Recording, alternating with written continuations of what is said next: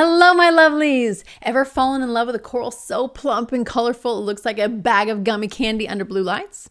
It is probably an Acan. Well, technically a micromusa. In this video, we're diving deep into everything you need to know about these incredible LPS favorites, the truth behind the name change that confused the entire hobby, what to look for when purchasing an Acan, how to keep them thriving, lighting, flow, feeding, common issues, and we'll finish up with our rapid fire pro tips. If you've ever wondered why your Acans shrivel up or how to get that ultra puffed up look, this video is for you. Let's get started.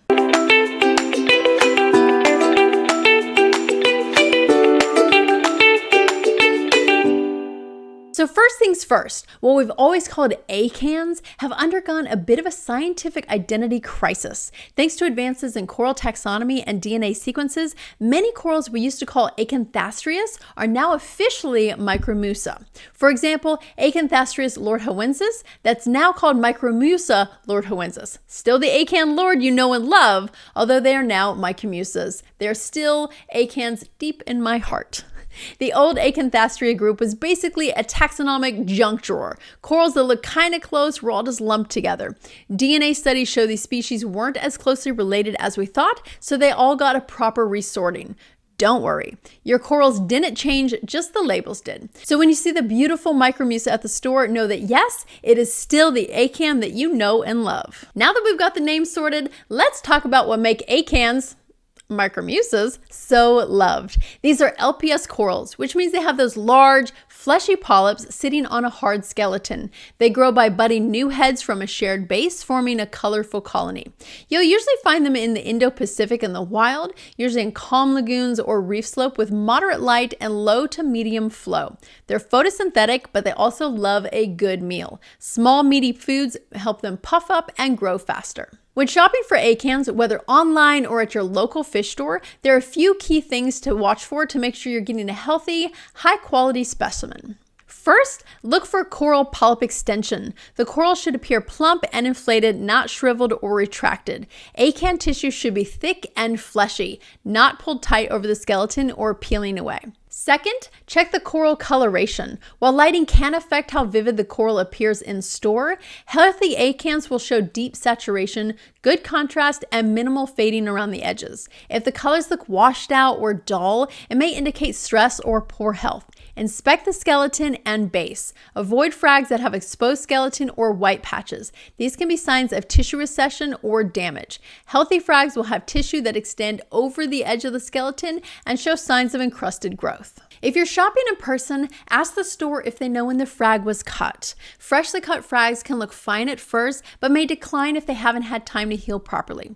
Ideally, you want a frag that's had at least a week or more to recover and show signs of feeding and polyp extension. And third, if possible, observe them under both a white and a blue light. This will give you a better idea of their true colors. I have purchased more than one Acan that looks spectacular at the store, only to get home and realize my lighting just doesn't come close to the stores and be really disappointed, especially for high-end morphs like rainbow or war paint varieties. Now let's talk about tank placement. These corals do best on the sand bed or low rock ledges where they're not as blasted by light or flow. They appreciate some space. Those puffy little polyps can get irritated if they're crammed up against neighbors. And yes, they have sweeper tentacles, really small ones, but just give them a couple of inches of space between corals. They usually get along with other Acans, so I personally like to make little Acan gardens. Lighting wise, aim for 50 to 150 par. Too much light, especially for those high-end morphs, can bleach them out or cause shrinkage. And don't forget to acclimate them either. Start slow and raise your light up over a week if needed. Under blue spectrum lighting, their colors really pop. Actinic and royal blue LEDs are your best friend here. As for flow, keep it low to moderate. Strong direct flow can cause them to retract or even tear their tissue. You want to see gentle movement, not flapping. So if your Acans always look closed, check your current and it might be a little too intense. Let's talk about one of the best ways to keep your Acans thriving. Feeding.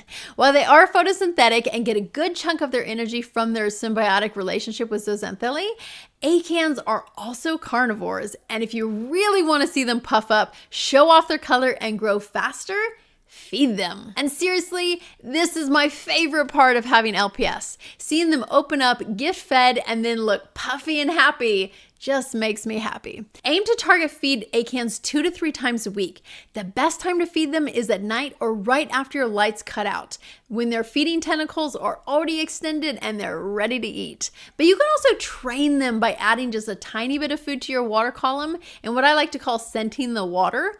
And within a few minutes, you usually see the polyps start to open and those little tentacles reaching out. You can train them to open earlier and earlier if you want to start feeding them during the day. So what should you be feeding them? Here's a few of my favorites. Chopped raw shrimp from your local grocery store, Hikari or PE mysid shrimp, or any chunky food brand that you really like. Before I start feeding, I like to broadcast a small amount of food to trigger a feeding response and then go in for spot feeding. I cut the end off a pipette to have a larger opening and use that to feed the corals. I like to gently squirt the food right over the polyps and put it directly into their tentacles. Turn off your flow for 5 to 10 minutes to give them a chance to grab and digest their meal without everything blowing away. You'll often see them swallow the food in real time if you spend enough time watching it, and it's really, really cool. A well-fed acan will reward you with fuller pulp extension, puffed up tissues, faster head growth, and noticeably richer color saturation. Underfeeding, on the other hand, can lead to dull colors and slower growth, especially in ultra-low nutrient tanks. Now let's talk about some common issues. If your acan is receding, it could be due to pests, overly strong flow, low nutrients, or even chemical warfare from other corals. Check at night with your flashlight. You might find flatworms or veramid snails. Another really common issue that you see with euphyllias and sometimes acans is brown jelly. It's a disease which can spread really fast, and quick action is required. I like to submerge a Tupperware into the tank, gently place the coral into the Tupperware, and then put on the lid and remove the entire container from the tank. You don't want the brown jelly to blow around the tank, it's bacteria.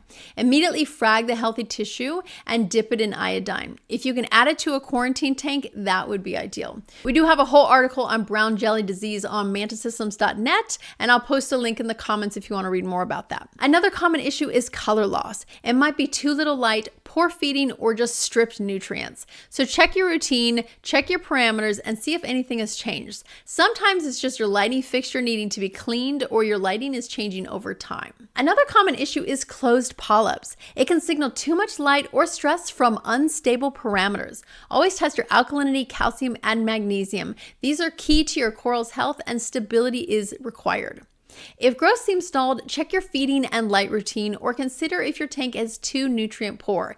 Acans like a little bit of nitrates and phosphates. So let's wrap up with a few quick pro tips to help your acans thrive at home. Number 1, avoid blasting them with highlight. Go easy in high part areas. Number 2, watch the flow. Gentle movement is key. Number 3, feed consistently. 2 to 3 times a week gives great results. Number 4, space smartly. Give them room to puff up and avoid stinging neighbors. Number 5, acclimate new frags slowly. Start low and observe. Number 6, observe at night. Both feeding tentacles and pests often appear after dark. Acans, okay, Micromusa, are some of the most rewarding LPS corals in the hobby. They're vibrant, expressive, and relatively forgiving once you understand their rhythm. Whether you're building a dedicated LPS garden or just want a splash of color down low on your reef, Acans deliver. All right, that is the video today. The full in-depth article is available on mantasystems.net now. I'm going to go ahead and link it below. We break down even more troubleshooting steps, feeding techniques, and fragging tips. If you're ready to level up your reefing game, check out the next video on our channel, and trust me, you won't want to miss it. And as always, happy reefing.